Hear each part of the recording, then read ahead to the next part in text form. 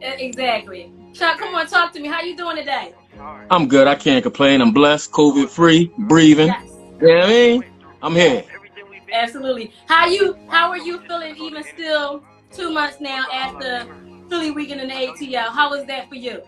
Man, listen, I'm ready to pack my bags and come back down. I'm ready for round two. When is it? We're gonna let you know. You gotta stay tuned for that. But I'm so excited for round two too. I cannot wait. I cannot wait.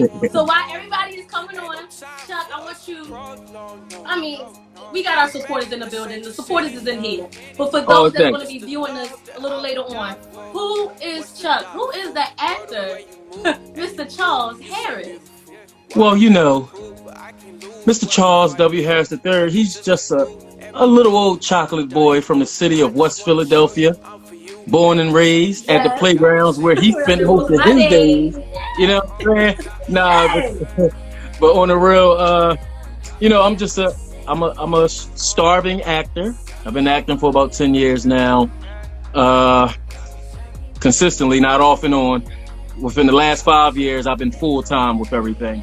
But other than that, that's basically it. I'm outgoing, spontaneous, love to have fun. I love to do everything. Yeah, I like to explore.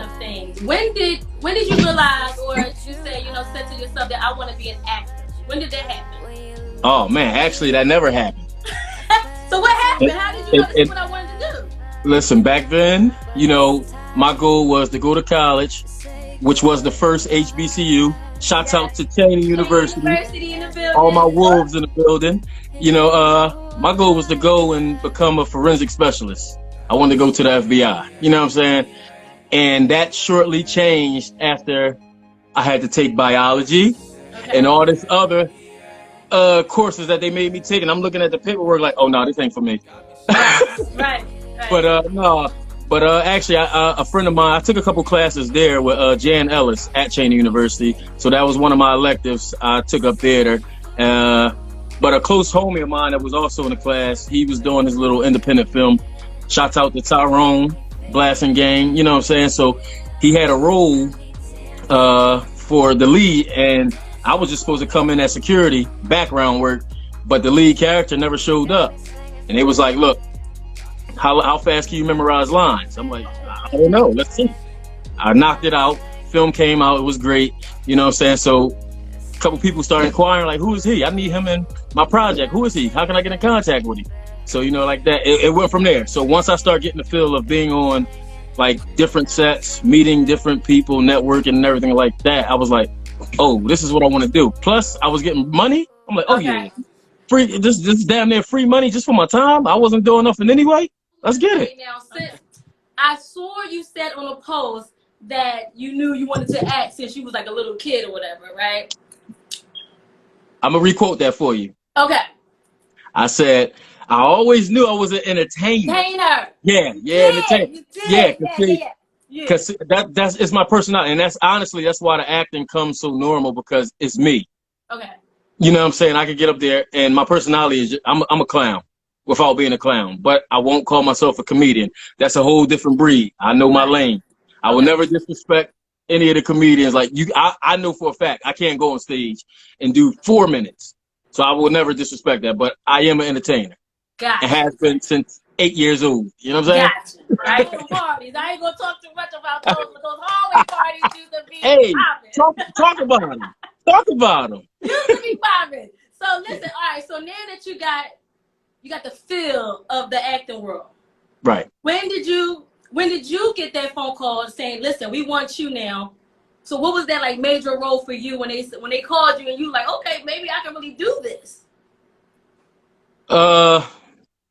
Well, that was probably back in 2009, 2010, and it wasn't a background. It was like a supporting role, but it was Stomp the Yard. I had the fraternity background already, and I could excuse my language, but I could step my ass off, y'all, and I still got it at the age of 35. Put anybody like you old. Let's get it. It is kind of. Like you old. I'm seasoned, baby, just seasoned. I ain't talking about Wawa chicken. I can dig it. Is this Stomp the Yard 1 or is this Stomp the Yard 2? All right, two. Let them know that. Mm-hmm. Yeah, Stomp the Yard 2. So, I made a little cameo in there with the stepping and everything like that. But just that alone because I knew that was big, especially after Stomp the Yard won. So it was big to me at the time. And then it was like, I'm going up there and I'm doing what I'm already doing. You feel what I'm saying? Right, So right, just getting that call, like, you guys picked me? You wanted me? right. It felt good. It I felt know good. it Because, did. you I know know, it. 9 times out of 10, the PAs and directors, they already warn you. Like, look, I don't want you fraternizing with any of the actors. Don't ask for no pictures or none of that. Don't have your cameras out. So, like I said, I didn't know nothing about being on a big set, so I was already shook. So I just fucking the lead role could come by and say, "What's up, man?" I'll be scared to even say something like, "Hey, what's up?" You know what I'm saying? Right, 'Cause I wasn't right, trying to get kicked off, but you know, as I start getting on bigger films, I'm like, "Look, you know what? What's up?" That's how you network. But right. they don't That's what I'm they about to they tell you say. not to do the things like that. But in reality, that's the networking process. You're not Right. gonna make it without fraternizing a little bit. You just can't be a super fan. You know what I'm saying? For real, and I'm being real, putting it out is like background work. They kind of look down on, not look down on, but they treat you like what you are, background. You know what I'm saying? Okay. We're Okay. not getting that high praise or hey, you want some homemade food? No, we'll get a box lunch and a hug. You know what I'm saying? And go sit over there on the table or find some seats on the lawn and just go sit and eat. And call it a day. And And be call it a day. grateful. But in reality, without background, you have no mood. No matter how far or big I get, I will never disrespect. You know what I'm saying? I will never disrespect because at a certain point, everybody was there. You got to start somewhere. Absolutely. You got to start somewhere. See, So, you look at Amari Harwick. I just seen it. I didn't even know until I seen it just recently, a rerun of Fresh Prince. He okay. was an extra on Fresh Prince. He was just sitting in the classroom.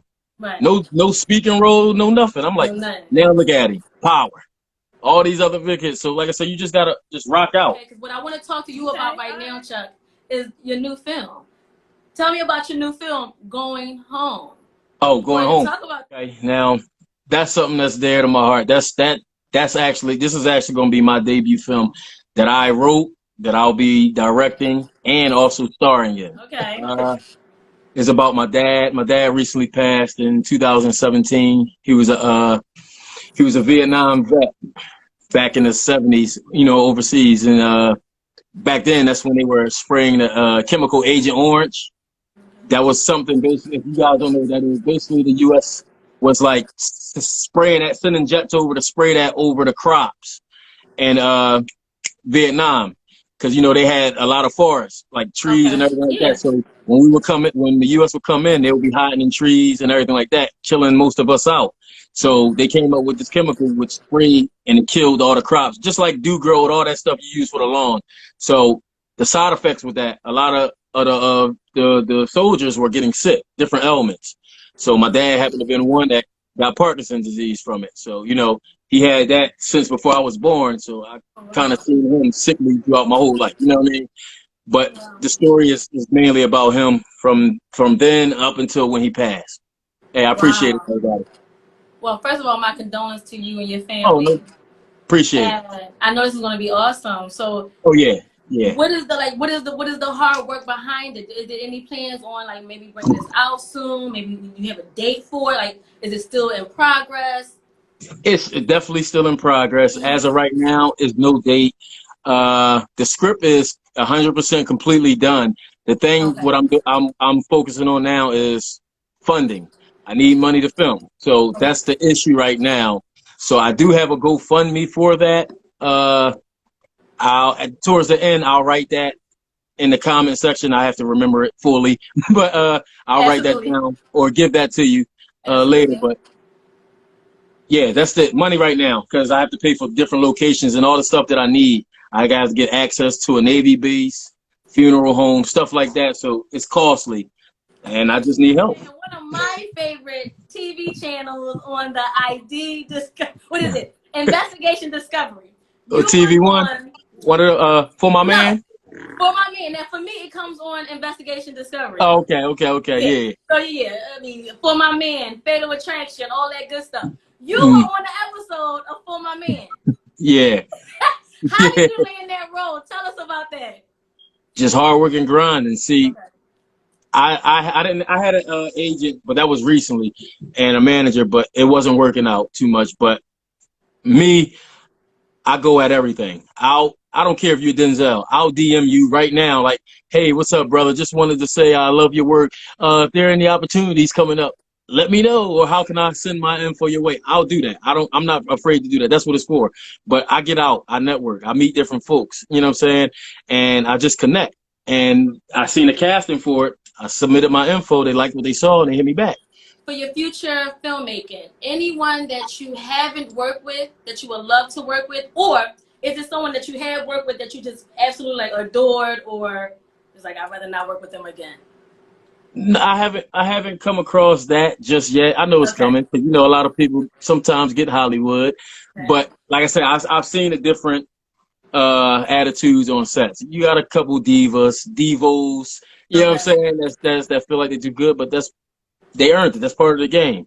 Right. But you know, I won't be that way. But I mean, I don't have no one in particular. Like I said, I like to work with everybody. Right. I love the arts. I love the craft. So I'm not just going to pinpoint one. Like I said, there's a lot of upcoming artists and actors that's here that I would love to work with. It's some that's already established, but I'm not just going to pinpoint. Then there's some I don't even know. So I'm not even going to hold you. You worked with Samuel L. Jackson. Samuel Jackson, Bruce Willis. How was that? That was amazing. For real, it was amazing. My first couple of lines on Glass. Okay. I wasn't supposed to have none off the rip, but he was like, no, I'm gonna give you some lines. And then during lunch, I was able to sit down and like show him my reel and everything like that. He was impressed. I also showed Samuel L. Jackson. Me and Sam, we vape. So we had a little vape session. We outside near the trellis vaping and talking. So it was just a good atmosphere to even just be in their presence. You know what I'm saying? Right. And have them talk and just having a conversation with them like we were all right. What's next for Chuck? What do Chuck got going on? Everything. My goal is to take over the world. Everything. That's what I be saying. Listen, there's no stopping. Yes. There's no stopping. There's no stopping. It's rough. It's hard, but I sacrificed and came too far. You know what I'm saying? Like I said, I'm where I'm at now without like the agent or manager help. So it's like I'm not stopping. How do you get to that moment? How do you go into that character? What is your process for Chuck? Well, it's really not for me. I'm only speaking on me. It's really not a process. I can easily turn it on and off. For one, like I said, for all that know me, you know I'm goofy and my personality. I can adapt. I'm like a chameleon. I can imitate well. If y'all haven't seen, I got TikToks. Like I can imitate. If I look at something for a good amount of time, I can get it down pat and show it. So with that, but I will say, the Book of Nimrod is a TV series that I was on. A reoccurring character, and that role that really took a toll. Like that was something I really had to dive deep in. I was playing a pedophile. Oh, you know, I was playing a pedophile, so I had to go into a method acting where I had to really do research on individuals with that sickness, because that's what it is. It is a sickness, right? You know what I'm saying? So it was a dark role, so I just had to put my mindset into it, but. Like if you even see some of the clips, you look like, yo, that's not Chuck. Right. That's not Chuck. You look like, yo, how did he do that? Like that was one of my hardest transformations. Gotcha. Yeah, it was. It was. Okay. So with roles like those, do you have the option to say no, I don't want to play a pedophile, or because again we're still in the beginning phases of our career, do you have to take on whatever role they give you? No, you don't have to take on anything you don't want. Honestly, because I won't. But see, I was at that point where I was like, I don't want to do that. My first question was, all right, I didn't mind, like I said, it's acting. So I didn't mind playing the role. But my first question was, with this little girl, is it going to have to be some type of interaction? That's what my main question was. Like, I don't want no type of like interaction that makes it look sexually, anything like that.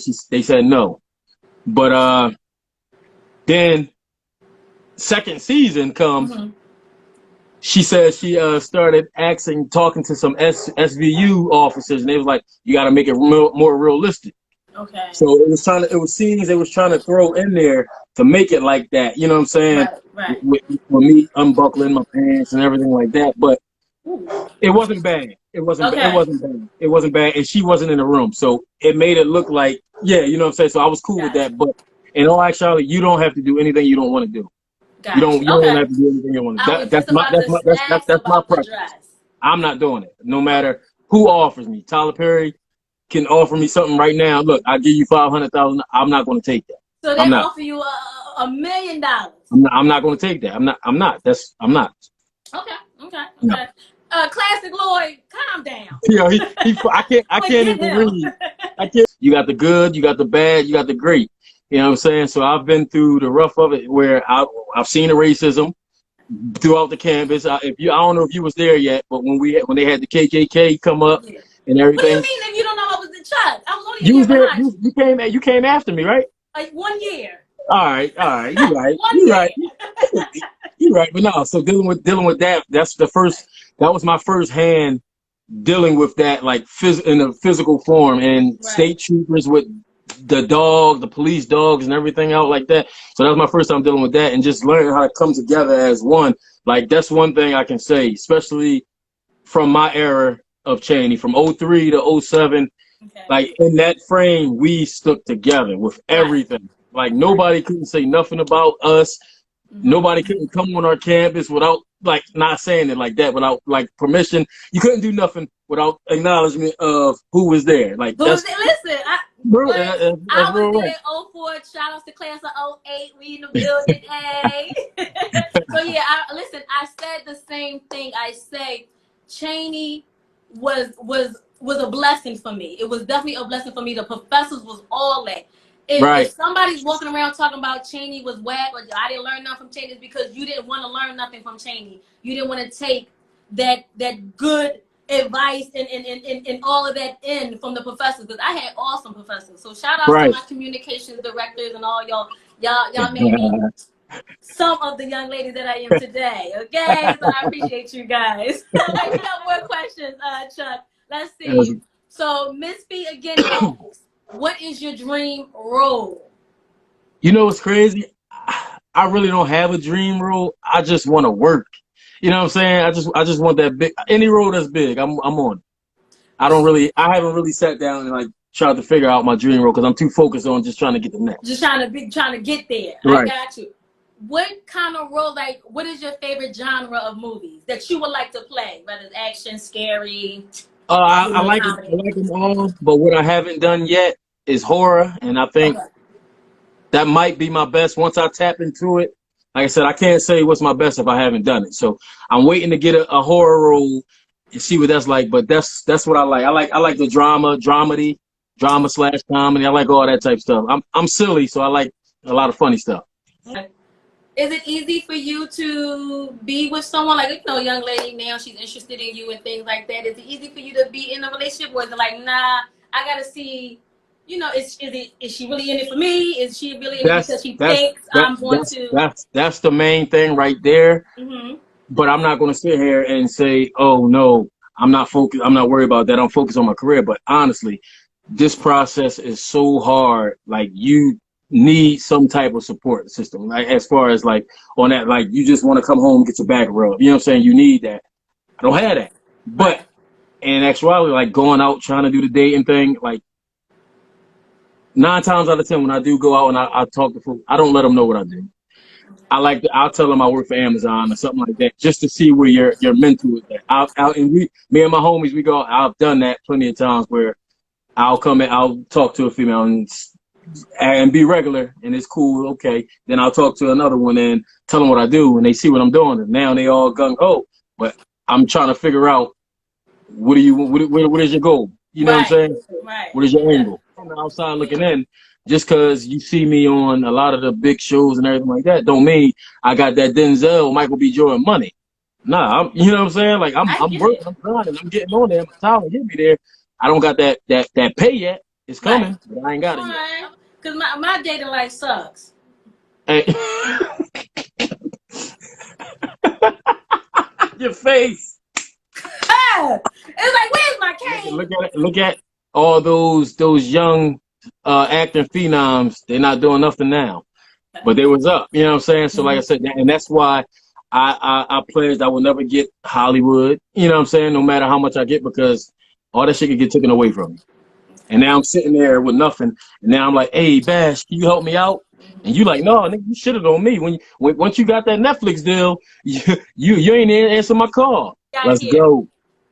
Okay, someone asked, Lock Beauty 252. She asked, besides acting, what are your other passions? Uh, shit.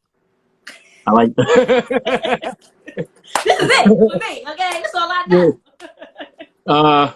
Well, I like traveling. If you want to consider that a passion. Well, yeah, that's a passion. I travel. I want to I, travel I too, yeah. travel a lot. I love my motorcycles. I ride a Harley.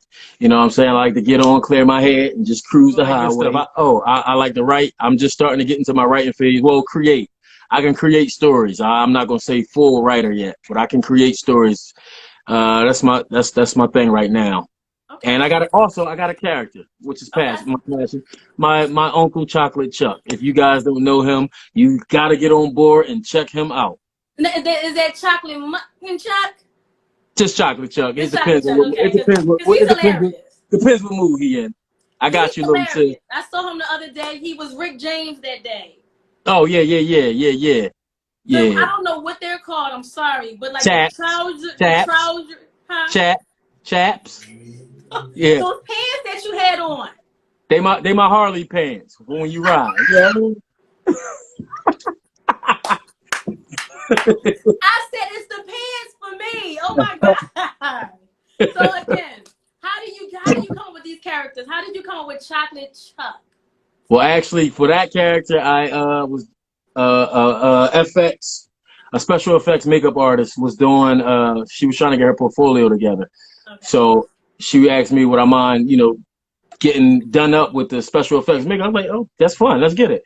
And so she did a burn victim face. Then there was another. What the other one was? Like a sickly cancer looking face with the nose with a bald head. And then the other one was a pimp. And it was just like when she threw the wig on in the 70s clothes, something took over my body. It wasn't me. I just started talking. Hey, y'all better get rid of it, get lost. Right. Got like applesauce. I said I'm turning lookers into hookers. Right. Shit just came out. So I was like, you know what? I asked her, yo, can I keep this wig? Or can I borrow it? She's like, yeah, go ahead. And I just started doing videos. And that was 4 years ago. I was just about to say I've been seeing Chocolate Chuck for the past few years now. Like he's really one of your characters. But once again, he's not getting that support. I need some likes, reposts, and all that. Got to get his scene in the right hands because he's definitely funny. He's definitely could be on somebody's movie. It was a two-part question. Here we go. She says, as a U.S. Army veteran, I would like to be in your film.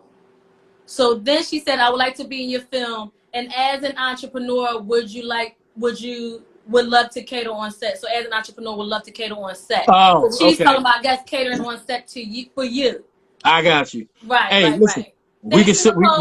We can talk about it. Definitely hop in a DM. We can sit and talk about it. Right. I'm open to all that. But at this time, like I said, it's probably only like a 10-page script. I really didn't have too many roles at first. I just had it where it was just me because I didn't know the behind the scenes work. So I was like, you know what? I'm not about to get through all this headache trying to cast folks for the film. I'm gonna just use me and use extras for like funeral scene. But I added stuff throughout that time, since that time. So we definitely can talk about that. Before we go, like any kind of words of encouragement, words of advice to up and coming actors that you would like to give. Oh man, definitely.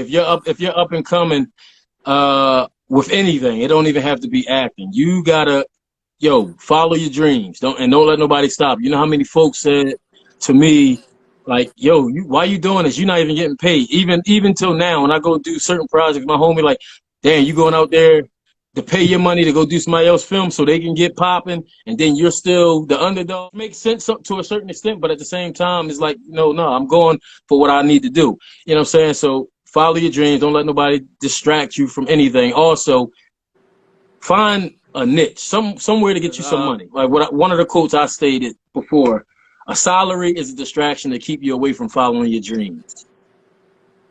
Let that sink in. You feel what I'm saying? Because if you're working for somebody else, you can't do what you need to do because you can't take off when you need to take off. You know what I'm saying? You can't do what you want. You on a time strip. You working for them. If you don't follow your dreams, somebody will hire you to follow theirs. Which means the people you work for, or whoever, at some point their dream was to, hey, I want to own a McDonald's. They started the process, And now they hired you to work for them to keep their business running. Right. You feel what I'm saying? So come up with your own niche. Put your people on. You know what I'm saying? Let's all get money and eat. People want a monologue. I'll get them people a monologue. I can get y'all. All right, come on. Look, don't come back. Don't come back here to this. Look, you got to live your life. You can't stay alone forever, and he knows this. You coming by here every day, it's not helping nothing. Don't you know family never been through here? The damn nurse doesn't even come here anymore. Shit, we ain't got money to pay her. You can't even blame the damn girl. Oh, you sorry? Tell me, what you got to be sorry for? Huh? Be sorry for me. Be sorry for me. The damn government don't give you enough money to take care of yourself. Why you out there looking for a job? And a white boy in a suit who judged on the case you caught? Because your pop was a deadbeat? He ain't gonna do nothing either. Be sorry for me.